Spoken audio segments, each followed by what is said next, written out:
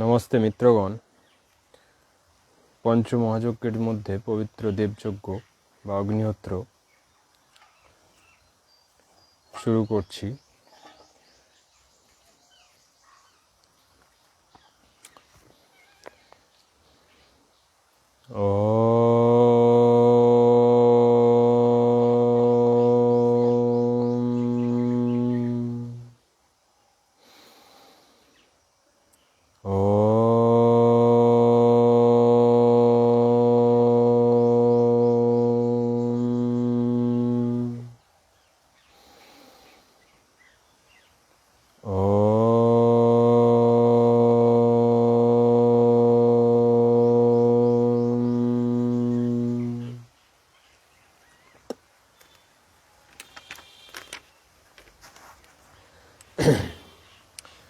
বৈদিক নিত্যকর্মবিধি।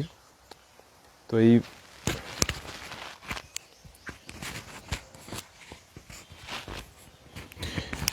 কথা যদি শোনা যায় কিংবা কোনো অসুবিধা হয় তাহলে অবশ্যই জানাবেন কমেন্ট করে, কারণ আগের দিন ভিডিওয়ে বলছিলেন যে সাউন্ড ভালো শোনা যাচ্ছে না, তাই জন্য আপনাদের থেকে জানতে চাইছি।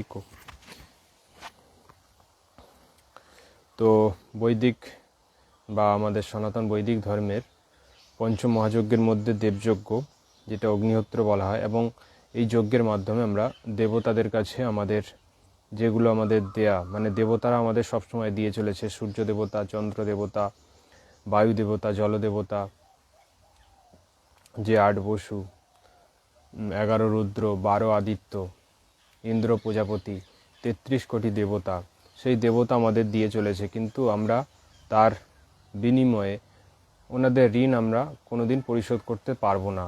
তবুও আমরা আমাদের সাধ্য মতন কিছু এই যে যজ্ঞের মাধ্যমে যেই জিনিসগুলো দিই, ঘি, বিভিন্ন হাবন সামগ্রী, যেটা শুদ্ধ হাবন সামগ্রী, কাজু বাদাম, কিশমিশ, তো এই জিনিসগুলো আমরা যজ্ঞে যখন আহুতি দিই তখন সেই অগ্নি দেবতার মাধ্যমে সমস্ত দেবতাদের কাছে পৌঁছে যায়, এবং আমাদের মধ্যেও যে 11 রুদ্র আছে, সেই রুদ্র দেবতাদের কাছেও আমাদের পৌঁছে যায়। কারণ আমাদের খুব গুরুত্বপূর্ণ একটি বিষয় মনে রাখতে হবে যে আমরা যোগ, ধ্যান, প্রাণায়াম যাই করি, আমাদের শরীরকে ঠিক রাখা প্রয়োজন। আর শরীরকে ঠিক রাখতে হলে বাতাস শুদ্ধ হতে হবে। বর্তমানে আমরা যে শহরে বাস করছি, সেই শহরে বাতাস বেশিরভাগই দূষিত হয়ে গেছে। দিল্লির মতন শহরে, যেখানে সাধারণ একজন মানুষ যদি প্রত্যেক দিন সিগারেট পান না করেও সে 10 থেকে 15টি সিগারেটের যে ক্ষতিটা হয়, সেই সমপরিমাণ সে গ্যাস সরিয়ে নিচ্ছে। তো আমরা উন্নয়নের সাথে সাথে প্রকৃতিকে যেভাবে ধ্বংস করছি, বিশেষ করে আমাদের ভারতবর্ষে, এই বিষয়টা সেইভাবে গুরুত্ব পায় না সাধারণ মানুষের কাছে। আমরা এখন যুদ্ধ নিয়ে খুব তৎপর হয়ে আছি, যুদ্ধ যেন আমাদের মধ্যেই একটা, আমরাই যেন যুদ্ধ করছি সোশ্যাল মিডিয়াতে। কিন্তু আমাদের সমাজের মধ্যে যে সমাজের যে সামাজিক অবক্ষয়, সামাজিক পরিবেশ দূষিত, কৃষিকাজের মাটি দূষিত, গো হত্যা, প্রতিটা বিষয় আমাদের সমাজে কিন্তু চলছে। সেই সব বিষয় নিয়ে আমরা আস্তে আস্তে কিন্তু কনভার্ট হয়ে যাচ্ছি একটা কাল্পনিক জগতে। এবং দেখুন, বর্ডারে সেনাবাহিনী লড়াই করছে, তো আমরা তাদের প্রতি আমাদের একটা ভালোবাসা আছে এবং দেশের প্রতিও ভালোবাসা আছে, কিন্তু আমরা বর্ডারে গিয়ে তো যুদ্ধ করতে পারবো না। তাই এই যে মিডিয়া একটা হাইপ তুলে দিয়েছে, আর এর আগেও বহু যুদ্ধ হয়েছে, ভারত পাকিস্তান, বাংলাদেশে ভারতবর্ষের সেনা পাঠিয়েছে, সেখানেও আমরা জয়লাভ করেছি, পাকিস্তানের সঙ্গেও জয়লাভ করেছি, কিন্তু তখন মিডিয়া না থাকার জন্য এত মানুষের মধ্যে প্রভাব পড়তো না। তো আজকে আমি যখন সামাজিক ভাবে বিভিন্ন জায়গায় যাই, সাধারণ মানুষের মুখে এই যুদ্ধ যেন একটা তারাই যুদ্ধ করছে, এবং সোশ্যাল মিডিয়াতেও আমি দেখতে পাচ্ছি বন্ধুরা যুদ্ধ নিয়ে খুব মাতামাতি করছে। তো বাস্তবে সামাজিক অবক্ষয়ের বিরুদ্ধে যুদ্ধ করুন, এবং প্রকৃতি পরিবেশ শুদ্ধর জন্য কী করতে পারেন সেটাও দেখুন।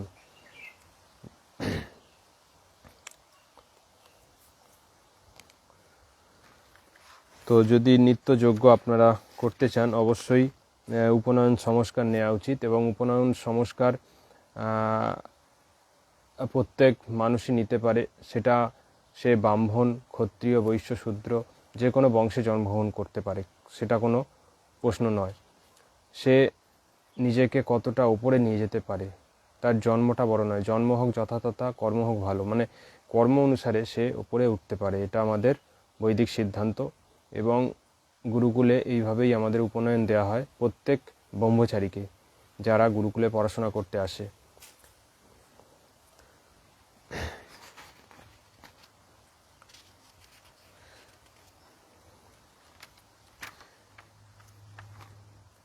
নিত্যকর্ম আমাদের বৈদিক যে পঞ্চমহাযজ্ঞ, তার মধ্যে এই দেবযজ্ঞ প্রথমে হচ্ছে ব্রহ্মযজ্ঞ, ঈশ্বরের স্তুতি, প্রার্থনা, উপাসনা, শাস্ত্র অধ্যয়ন, বেদ অধ্যয়ন, রামায়ণ, মহাভারত, উপনিষদ, বেদান্ত, দর্শন শাস্ত্র, এগুলোকে অধ্যয়ন করা। মানে আমরা যদি শাস্ত্র অধ্যয়ন না করি তাহলে আমাদের প্র্যাকটিক্যাল বিষয়গুলো অনেক শক্ত হয়ে যাবে এবং জীবনযাত্রা অনেক কঠিন হবে। কারণ শাস্ত্র হচ্ছে থিওরি, এবং আমাদের জীবনে সেই থিওরিকে যদি অ্যাপ্লাই করতে পারি তাহলে কিন্তু আমাদের জীবনে আমরা সফল করতে পারবো। বর্তমান সময়ে মানুষ অল্পতেই ভেঙে পড়ছে, কারণ তাদের মানসিক খাবার নেই।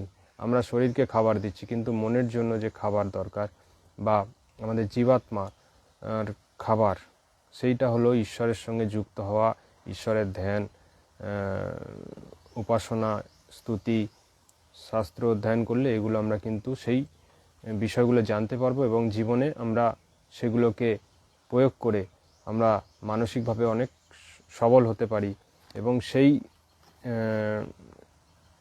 সবল মন মানসিকতা নিয়ে সামাজিক এবং নিজের উন্নতিও করতে পারবো।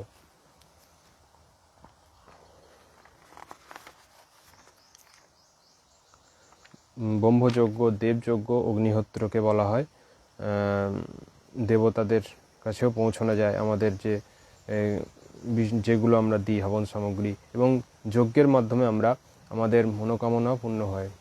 যজ্ঞৈব শ্রেষ্ঠতম কর্ম, যজ্ঞকে শ্রেষ্ঠ কর্ম বলা হয়েছে সংসারের মধ্যে। দেবযজ্ঞ, ব্রহ্মযজ্ঞ, দেবযজ্ঞ, পিতৃযজ্ঞ, পিতামাতার সেবা করা, তাদের সেটাও একটা যজ্ঞ, সেটা হলো পিতৃযজ্ঞ। অতিথিযজ্ঞ, বাড়িতে গুরু, সাধু, সন্ন্যাসী এনারা যখন বাড়িতে আসবেন তাদের সেবা, তাদের সঙ্গে জ্ঞানের আদান প্রদান, এটা হলো অতিথিযজ্ঞ। বাড়িতে অতিথি মানে যার আসা যাওয়ার কোনো তিথি নেই, তিনি হলেন অতিথি। কিন্তু বর্তমানে আমরা সব ফোনের মাধ্যমে আগে থাকতেই সব জানিয়ে দেয় গুরুরা আসছে, তো এই অতিথির সংখ্যা অনেক পাল্টে গেছে। আর বলি বৈষ্ণদেব যজ্ঞ, যেসব প্রাণী রাস্তাঘাটে আছে কিংবা বাড়িতে পোষ্য, তাদেরকে সেবা করা, তাদের কোনো শারীরিক সমস্যা হলে তাদেরকেও সাহায্য করা, এটা বলি বৈষ্ণদেব যজ্ঞ। বলি বৈষ্ণদেব যজ্ঞ মানে কোনো প্রাণীকে বলি দেওয়া নয়, বলিদান মানে, বলি মানে অংশ, দান মানে দেয়া, এখানে নিজের অংশকে দেয়া। কিন্তু আজকে বলিদানকে আমরা শুধু বলিতে নিয়ে চলে গেছি আক্ষরিক অর্থে, যেটা খুবই আজকে আমাদের খারাপ লাগে। পরিবেশে ঘুরতে দেখতে পাই যখন নিরীহ প্রাণীদের হত্যা করা হয়। তো আমাদের মূল যে সনাতন বৈদিক ধর্ম, সেখানে একদম যুক্তিসঙ্গত এবং সামাজিক পরিবেশ, দেশ, ধর্ম, সেই সব বিষয়ে কিন্তু আমাদের অনেক এগিয়ে যায়। কিন্তু আজকে সেই শিক্ষা নেই, যার জন্য সমাজ অধঃপতনের দিকে এগোচ্ছে, যেহেতু গুরুকুল শিক্ষা নেই।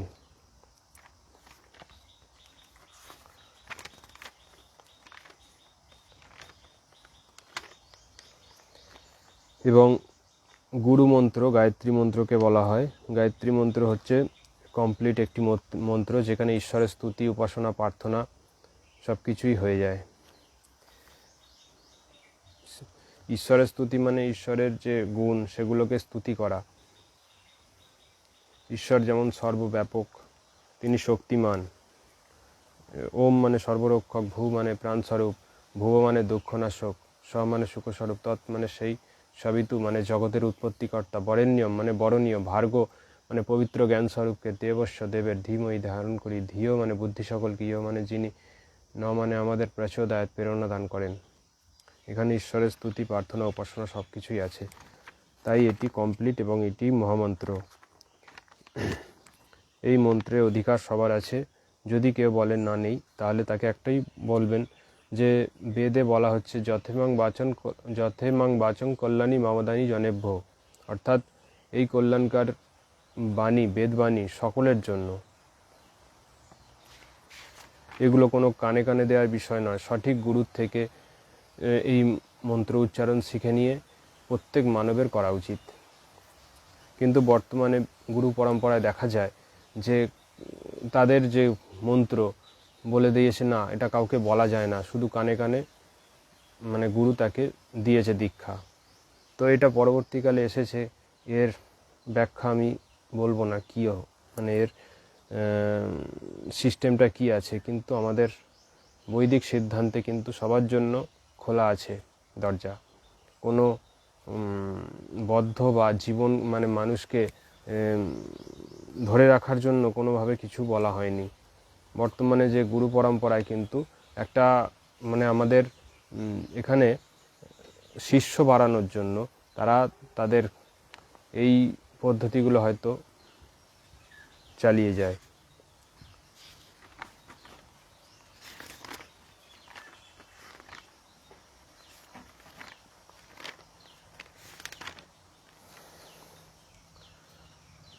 তো ওম নাম নেওয়ার পর এবার আচমন করতে হয়। আচমন করলে গলার সমস্যা অনেক কমে যায়।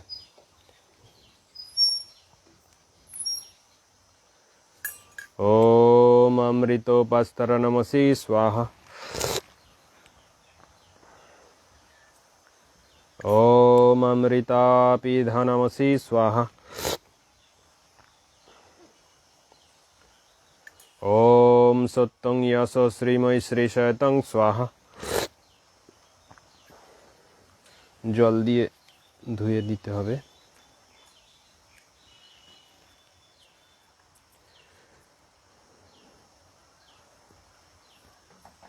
এবার অঙ্গস্পর্শ, মানে অঙ্গস্পর্শের কারণ হলো যে আমাদের অগ্নির সামনে বসার আগে আমাদের সচেতন হয়ে যেতে হবে। অঙ্গগুলোকে সচেতন করার জন্য অঙ্গস্পর্শ জল দিয়ে, ঠান্ডা জল দিয়ে সেটা করা উচিত। ওম বাকমসস্তু, ওম নসর মে প্রাণস্তু, ওম অক্সনোর মে চক্ষুরস্তু, ওম কর্ণয়োর মে শ্রোত্রমস্তু, ওম বাহুর মে বলমস্তু, ওম উর্বর্ম ওজস্তু, ওম অরিষ্ঠানি মেঙ্গানি তনুস্তন্মমেষা সন্তু। ঈশ্বর স্তুতি, প্রার্থনা, উপাসনা মন্ত্র। ওম বিশ্বানি দেব সবিতা দুরিতানি পরাশুভ যদ্ভদ্রম তন্নো আশুভ।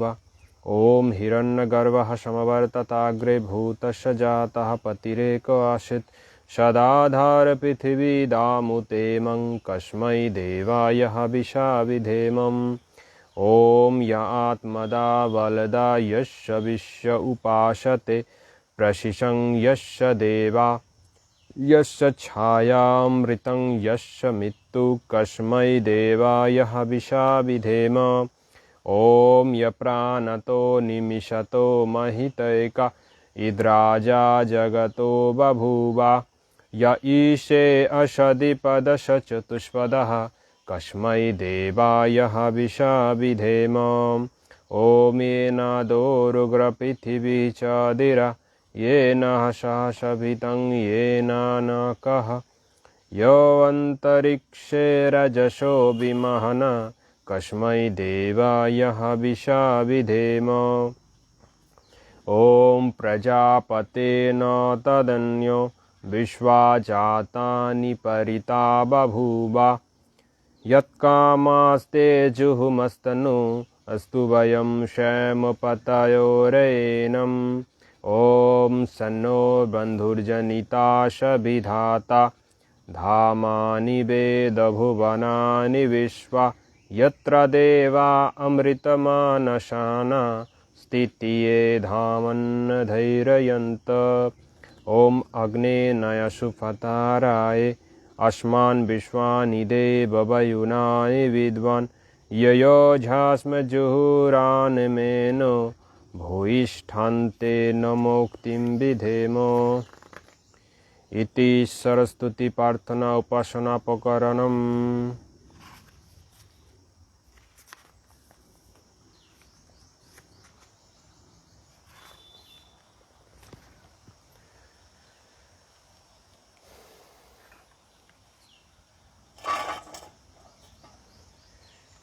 এই যে সমিধাগুলো নেওয়া হয়েছে এগুলো আম কাঠ ছাড়াও জগৎডুম্বুর, বেল কাঠ কিংবা দেশি গরুর ঘুঁটে আপনারা ব্যবহার করতে পারেন, অশ্বত্থা কাঠ, পলাশ।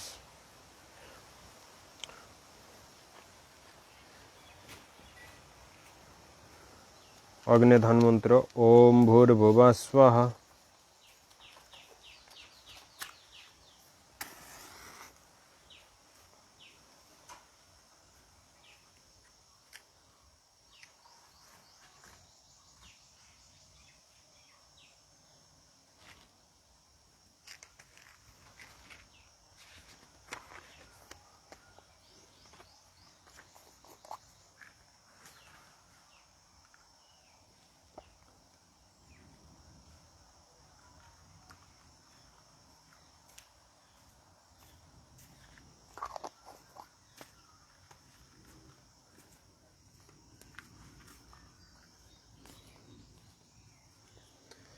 এবার কর্পূর দিয়ে অগ্নিকে স্থাপন করতে হবে যজ্ঞকুণ্ডে।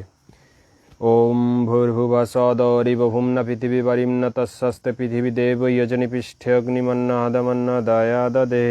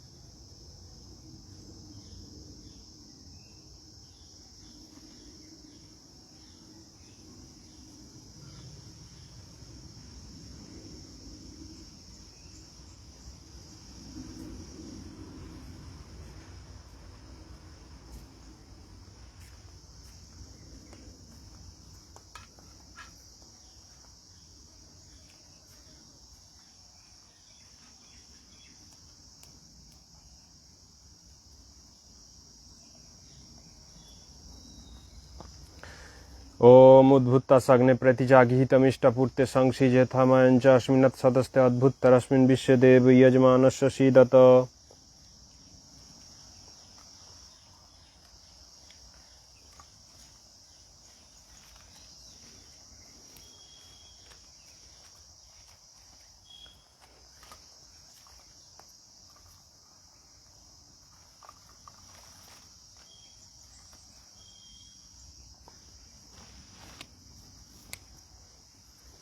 তিনটি কাষ্ঠের ঘিয়ের আহুতি হবে।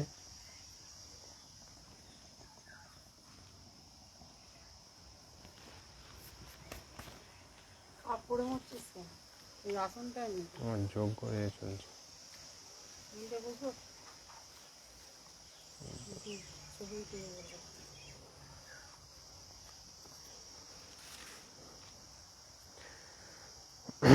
ओमयन्तु इदमात्मजातवेदस्तनेद्धस्य वर्धस्य चिद्वर्धय चास्मान् प्रजया पशुभिर्बम्भवर्चसेनन्नद्देन समिधाय स्वाहा। इदमग्ने जातवेदसे इदन्न मम।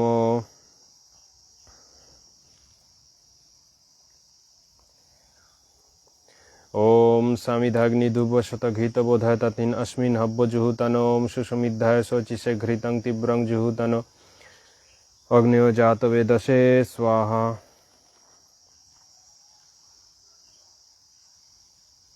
इदमग्ने जातवेदसे इदन्न मम।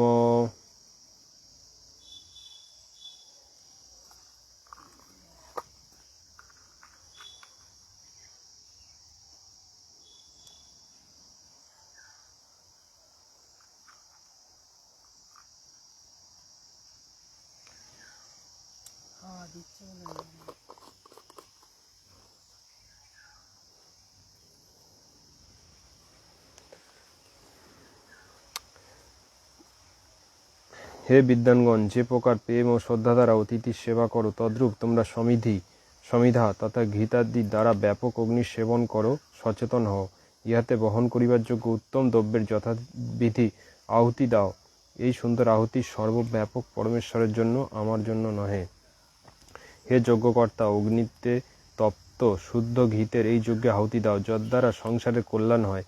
এই সুন্দর আহুতি সম্পূর্ণ পদার্থে বিদ্যমান জ্ঞানস্বরূপ পরমেশ্বরের জন্য, আমার জন্য নহে।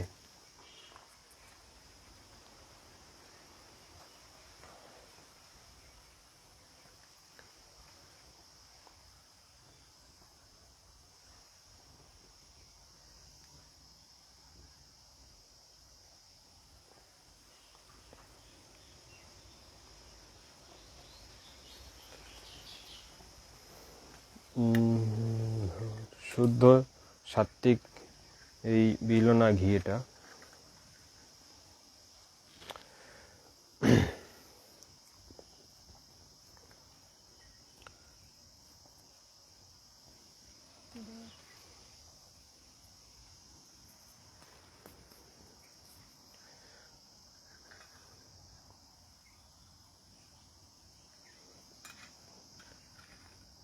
ओम तंतो वासमिदभियंगिर घितेन वर्धाय मुसिभियच्चयविष्टा स्वाहा।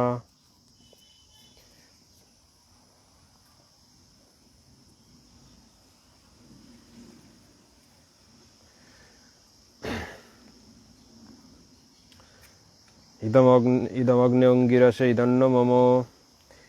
এই ব্যাপক গতিশীল অগ্নিকে সমিধা দ্বারা ঘিত দ্বারা আমরা বৃদ্ধি করি। এই যে অত্যন্ত সংযোজক, ইহা অত্যন্ত প্রজ্বলিত হোক। এই সুন্দর সমিধা বেদের প্রকাশক সর্বপ্রসিদ্ধ পরমেশ্বরের জন্য, আমার জন্য নহে। পঞ্চঘী আহুতি। ওম অয়ন্ত ইদমাত্মজাত বেদস্থ নির্ধস্য বর্ধস্য চেদ্যবর্ধয় চাস্মান প্রজায়া পশুভির্বম্ভবার্চাসে নান্নাদ্যেন সমিধায় স্বাহা। ইদমগ্নে জাত বেদস্য ইদন্ন মম। ওম অয়ন্ত ইদমাত্মজাত বেদস্থ নির্ধস্য বর্ধস্য চেদ্যবর্ধয় চাস্মান প্রজায়া পশুভির্বম্ভবার্চাসে নান্নাদ্যেন সমিধায় স্বাহা। ইদমগ্নে জাত বেদস্য ইদন্ন মম। ওম অয়ন্ত ইদমাত্মজাত বেদস্থ নির্ধস্য বর্ধস্য চেদ্যবর্ধয় চাস্মান প্রজায়া পশুভির্বম্ভবার্চাসে নান্নাদ্যেন সমিধায় স্বাহা। ইদমগ্নে জাত বেদস্য ইদন্ন মম।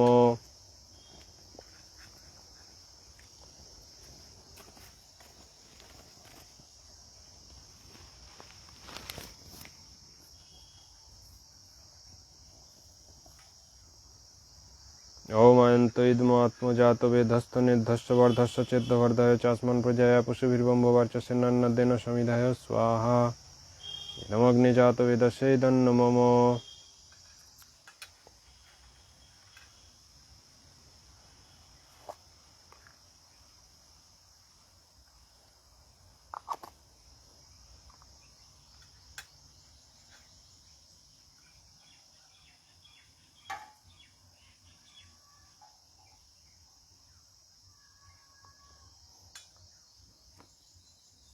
ओम अयंत इदमात्मजात वेदस्थ निर्धस्थ वर्धस्थ चेद्यवर्धय चास्मान प्रजाया पशुभिर्बम्भवार्चसे नान्नद्येन समिधाय स्वाहा।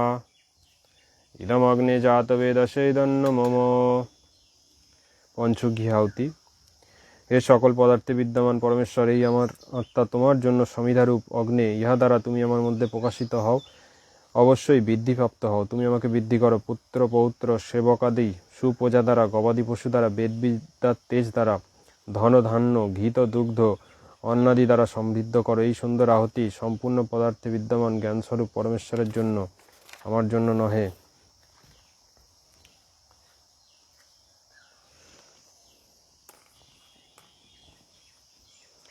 জল প্রসেশন।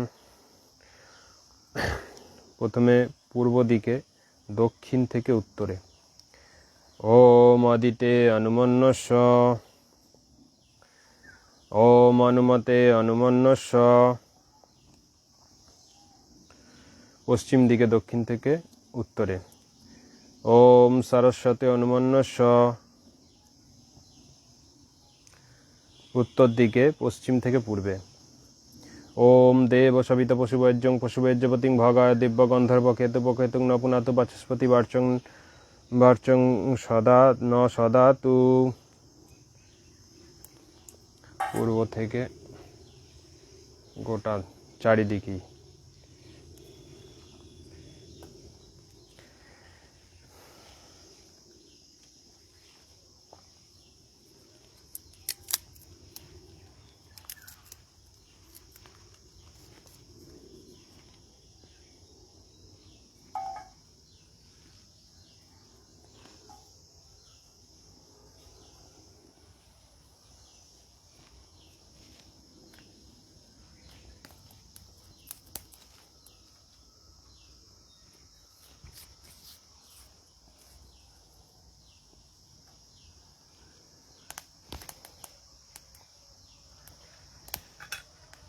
চারটে আহুতি, ঘি আহুতি, উত্তর দিকে পশ্চিম থেকে পূর্বে।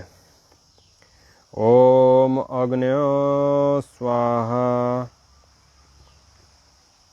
ইদম অগ্নে ইদন্ন মম, দক্ষিণ ভাগে পশ্চিম থেকে পূর্বে। ওম সোমায় স্বাহা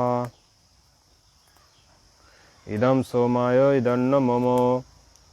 ওম প্রজাপতয় স্বাহা ইদম প্রজাপতয় ইদন্ন মম। মাঝে ওম ইন্দ্রায় স্বাহা ইদম ইন্দ্রায় ইদন্ন মম। এবার ঘি এবং হবন সামগ্রী একসঙ্গে আহুতি দেওয়া হবে।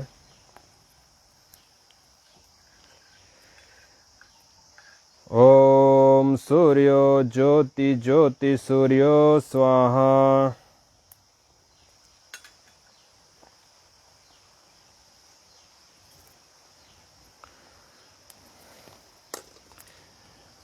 ওম সূর্যবর্চ জ্যোতির্বর্চ স্বাহা। যিনি সকল বিদ্যার প্রকাশক জগদীশ্বর, মানব মাত্রের জন্য বেদবাণী দ্বারা সব বিদ্যার প্রকাশ করেন, বিদ্যুৎ সূর্য অগ্নি আদিত্যের তেজের প্রকাশক, সেই পরমেশ্বরের অনুগ্রহের জন্য এই আহুতি। ওম জ্যোতি সূর্য সূর্য জ্যোতি স্বাহা। যাহার জ্যোতি দ্বারা সমস্ত জগৎ উজ্জ্বল, যিনি সকল বিদ্যার প্রকাশ, সকলের উপাস্য দেব, সেই পরমেশ্বরের কৃপার জন্য এই আহুতি। ওম সজুর্দেবেন সবিত্র সজুরুষেন্দ্রবর্ত জুষানু সূর্যবেতু স্বাহা।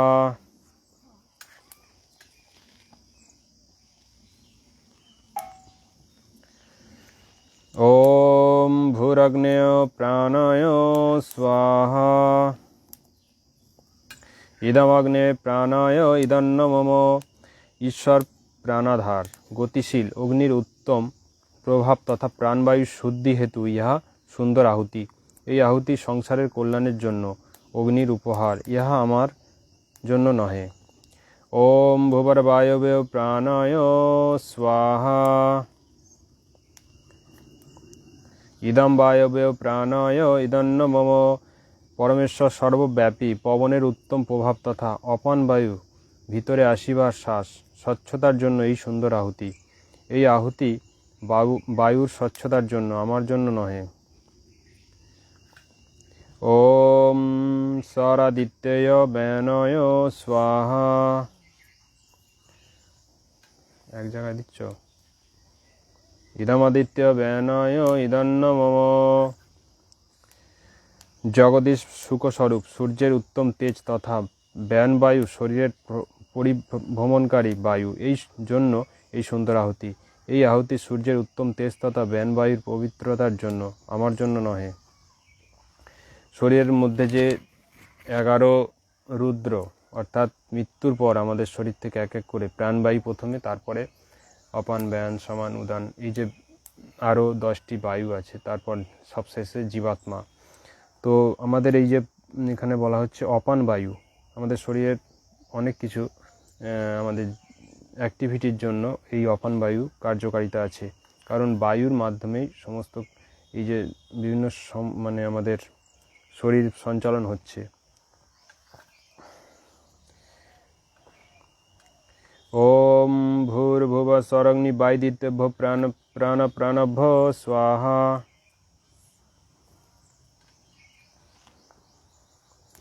ইদমগ্নি বাইদিত্যভ্য প্রাণ প্রাণভ্য ইদন্ন মম। পরমেশ্বর সর্বাধার, সর্বব্যাপক, দুঃখ বিনাশক, সুখ প্রদাতা। অগ্নি, বায়ু, সূর্য তাহারই নিয়ন্ত্রণে আছে। তিনি প্রাণ অপান ব্যয়ান দ্বারা জীবনের পোষণ ও রক্ষণ করেন। এই আহুতি সেই জগদীশ্বরের জন্য, আমার জন্য নহে। ওম আপো জ্যোতি রসং মৃতং বম্বভূর্ভুব স্বরং স্বাহা। কম দাও, কম দাও, এইটুকুন দাও, এইটুকুন, এইটুকুন। ওম ওম ইয়ং মেধং দেবগণ পিতরশ্চ উপসতে তয়া মামধ্য মেধারগ্নে মেধাবিনং কুরু স্বাহা।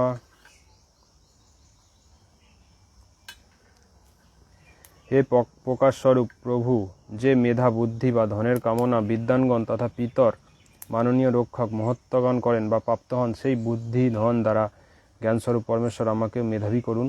এই আমার বাণী সত্য হোক। ওম বিশ্বানি দেব সবিতা দুরিতানি পরাশুভা যদ্ভদ্রম তন্ন আশুভা স্বাহা।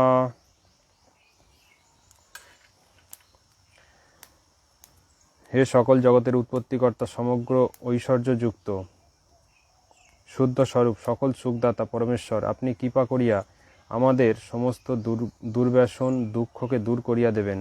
যাহা কল্যাণকারক গুণ কর্ম স্বভাব পদার্থ, সেই সব আমাদিগকে প্রাপ্ত করান। ওম আগ্নেয় সুভতরায় আসমান বিশ্বানি দেব বায়ুনানি বিদ্বান ইয়ো ঝাস্ম জুহুরান মেন ভূয়িষ্ঠান্তে ন মুক্তিম বিধেম স্বাহা।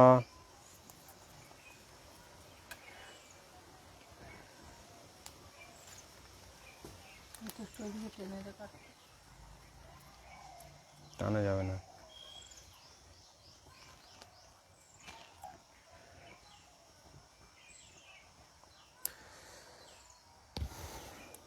ओम भूर्भुवः स्वः तत्सवितुर्वरेण्यं भर्गो देवस्य धीमहि धियो यो न प्रचोदयात् स्वाहा। ओम त्र्यंबकं यजामहे सुगंधिं पुष्टिवर्धनम् उर्वारुकमिव बन्धनात् मृत्युर्मोक्ष्यमामृतात् स्वाहा।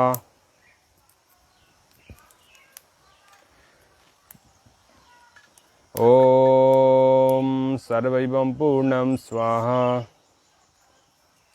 ओम सर्वैवं पूर्णं स्वाहा। ओम सर्वैवं पूर्णं स्वाहा।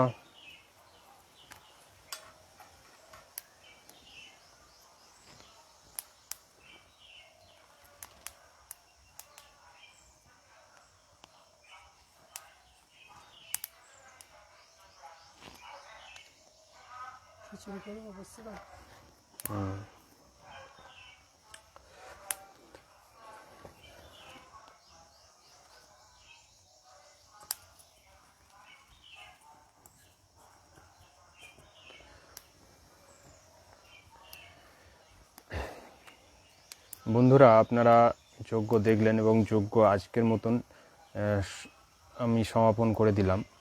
এবং প্রত্যেক আহুতিতে আমরা বলছি, দেখেছেন যে আমার জন্য নহে, মানে আমাদের এই যে যজ্ঞের মতন শ্রেষ্ঠ কর্ম আমরা নিজের জন্য নয়, সবসময় এই ভাবনাটা কিন্তু এই শুধু যজ্ঞে নয়, সব সময় রাখা উচিত। শুধু নিজের উন্নতিতে আমরা যদি খুশি থাকি বা আনন্দে হয়ে যাই, সমাজের কথা ভুলে যাই, প্রকৃতি পরিবেশকে আমরা যদি মনে না রাখি, তাহলে সেই জীবন পূর্ণ নয়। কারণ আমাদের ঋষিমুনিদের যে জ্ঞান, সেই জ্ঞানকে আমাদের কিন্তু সমাজে ছড়িয়ে দিতে হবে। যেই জ্ঞান হাজার বছর ধরে আমাদের লুকিয়ে রাখা হয়েছে এবং ধ্বংস করা হয়েছে, সেই জ্ঞান আমরা সমাজে প্রচার করে এবং পালন করে আমরা কিন্তু ঋষি পরম্পরাকে ফিরিয়ে আনতে পারি।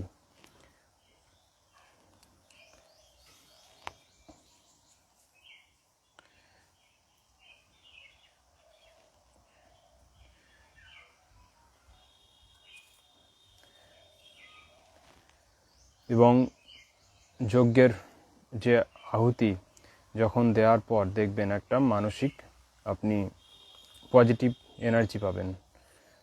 কারণ এর মধ্যে আমরা যে শুদ্ধ জিনিসগুলো দিলাম, ঘি, হাবন সামগ্রী, কালো তিল, আতপ চাল, এর মধ্যে এলাচ,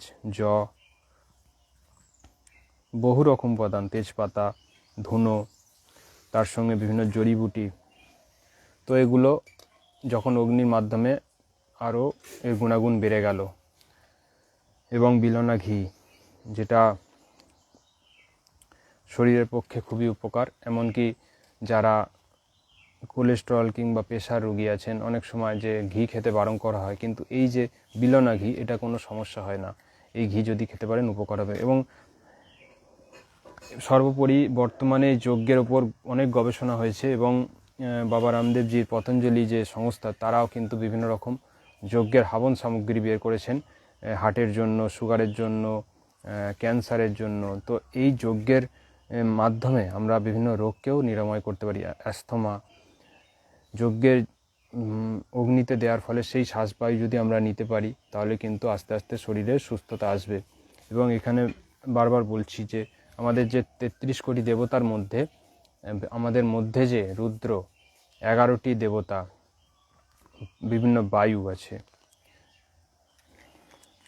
তো সেগুলো শুদ্ধ হচ্ছে।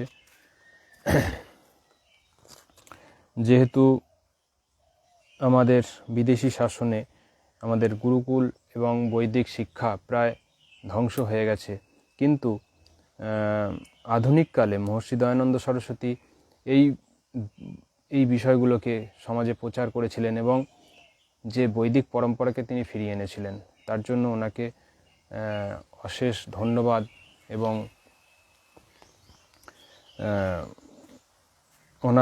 ওনার যে বলিদান, সেই বলিদান আমরা কোনোভাবেই ওনার ঋণ আমরা শোধ করতে পারবো না। কারণ উনি সমাজের অনেক কুপ্রথা ছিল তখনকার দিনে, জাতপাত থেকে শুরু করে বিদেশি শাসকদের অত্যাচার,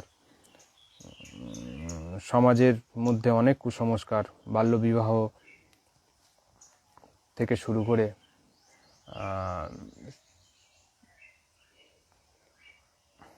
মানে বেদের যে ভুল ভাষ্য, মানে এক প্রকার সার্বঙ্গীনভাবে সমাজের যে ভুল, মানে ধর্ম সম্পর্কে মানুষকে যেভাবে ভুল বোঝানো হতো, তিনি কিন্তু সেই ভুলটাকে সঠিক, মানে ভুলটাকে বিকৃত যে শাস্ত্র কিংবা সমাজে যে পরম্পরাগুলো হচ্ছে, কুসংস্কারগুলো এসেছে, সেগুলোকে কিন্তু খণ্ডন করেছেন এবং তার বাস্তবিক স্বরূপকে তিনি বর্ণনা করেছেন। বেদের অনেক ভুল ভাষ্য বলা হয়েছে, যেখানে বেদে যজ্ঞে পশু বলি কিংবা যজ্ঞে বিভিন্ন রকম অশ্ব আহুতি, গো আহুতি, এইসব ভুল ব্যাখ্যাগুলোকে তিনি কিন্তু সংশোধন করেছিলেন। এবং ঋষি অরবিন্দ ওনার বেদ ভাষ্যকে গুরুত্ব দিয়ে বলেছিলেন যে আধুনিককালে তিনি বেদের সঠিক ভাষ্য দিয়ে গেছেন। এবং আমরা কিন্তু আজকে যদি সঠিক বেদ ভাষ্য পড়তে চাই, তাহলে অবশ্যই আর্য সমাজ প্রকাশিত বেদ ভাষ্য পড়বেন, তাহলে কিন্তু সত্যটাকে জানতে পারবেন। এবং তার সঙ্গে সত্যার্থ প্রকাশ এবং রামায়ণ মহাভারত বহু বিকৃত হয়েছে, তার সঙ্গে শ্রীকৃষ্ণের চরিত্রকেও বিকৃত করা হয়েছে, যেটা মহাভারতে আমরা বর্তমানে দেখতে পাই। সেই মহাভারত প্রায় 1 লক্ষ শ্লোক হয়েছে, সেখানে কিন্তু মূল মহাভারত 8,000 শ্লোক ছিল। তো এইভাবে আমাদের শাস্ত্র বিকৃত হয়েছে, এবং সেই বিকৃত শাস্ত্রগুলি আজকে আমরা সত্য বলে মেনে নিয়েছি। তাই সত্যকে জানতে হলে ধর্মের গভীরে যেতে হবে। এবং অবশ্যই আপনাদের বারবার বলবো, আর্য সমাজ প্রকাশিত বিভিন্ন গ্রন্থ আছে, সেগুলো পড়লে আপনারা কিন্তু সত্যকে জানতে পারবেন এবং অনেক ভ্রান্তি ক্লিয়ার হয়ে যাবে, যেটা একসময় সাধারণ মানুষ জানে। যেমন কালকেই একটি পোস্ট করলাম যে শ্রীকৃষ্ণ রামকে বহু মানুষ খারাপ কথা বলে, কজন হিন্দু তার প্রতিবাদ করে? খুঁজে পাওয়া যায় না। কারণ শ্রীকৃষ্ণের যে চরিত্র আজকে আমরা সাধারণ মানুষের মধ্যে এসেছে বা মানুষ যেটুকুন জানে সেটু হলো তিনি মাখন চুরি করতেন, তিনি গোপীদের সঙ্গে রাসলীলা করতেন, তো নিজের রাধার সঙ্গে বিভিন্ন কাহিনী জুড়ে দেওয়া হয়েছে। কিন্তু কৃষ্ণ চরিত্র বইটি পড়বেন তাহলে বুঝতে পারবেন সেখানে রাধা নামের কোনো কাহিনীই নেই। মূল মহাভারতে, ভাগবতে একমাত্র ব্রহ্মবৈবর্তে পুরাণে এসছে, যেটা খুব প্রাচীন নয়। সেটা যদি আপনারা একটু শাস্ত্র ভালো করে অধ্যয়ন করেন বুঝতে পারবেন। পুরাণগুলো খুব প্রাচীন নয়। ভবিষ্য পুরাণে আমাদের আক্রমণকারীদেরও নাম আছে এবং অনেক শাস্ত্র বিকৃত হয়েছে। তো আসল শ্রীকৃষ্ণের চরিত্রকে জানতে হলে আপনাদের মূল মহাভারত পড়তে হবে, যেটা আর্য সমাজ প্রকাশিত হলে সবচেয়ে ভালো হয়। সেটা হিন্দিতে আছে। তো শ্রীকৃষ্ণের চরিত্র, তিনি ওনার স্ত্রীর নাম ছিল রুক্মিণী এবং 12 বছর তিনি বদ্রিক আশ্রমে ব্রহ্মচর্য পালন করেছিলেন।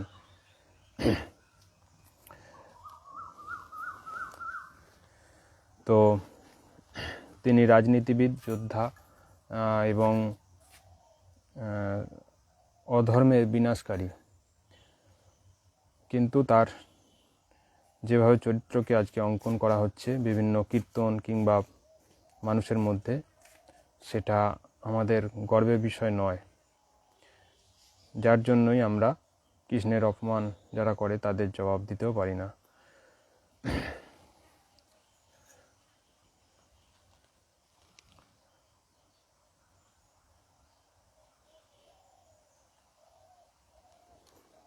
নমস্তে।